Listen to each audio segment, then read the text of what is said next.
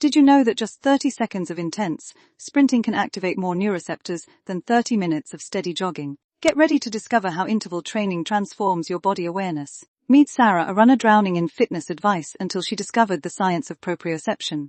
Through strategic interval training, she learned to harness her body's natural ability to sense movement and position. By alternating between 30-second sprints and 60-second recovery periods, her brain began mapping movement patterns with incredible precision. The rapid pace changes triggered her endocrine system, releasing a cascade of hormones that enhanced her athletic performance and body awareness. Sarah's secret weapon: post-run foam rolling sessions targeting major muscle groups. This simple recovery technique maintained muscle elasticity and supported hormonal balance, turning complicated fitness theories into practical results. Her proprioception improved dramatically, leading to better running form and fewer injuries. Ready to revolutionize your running? Share your favorite interval training experience below.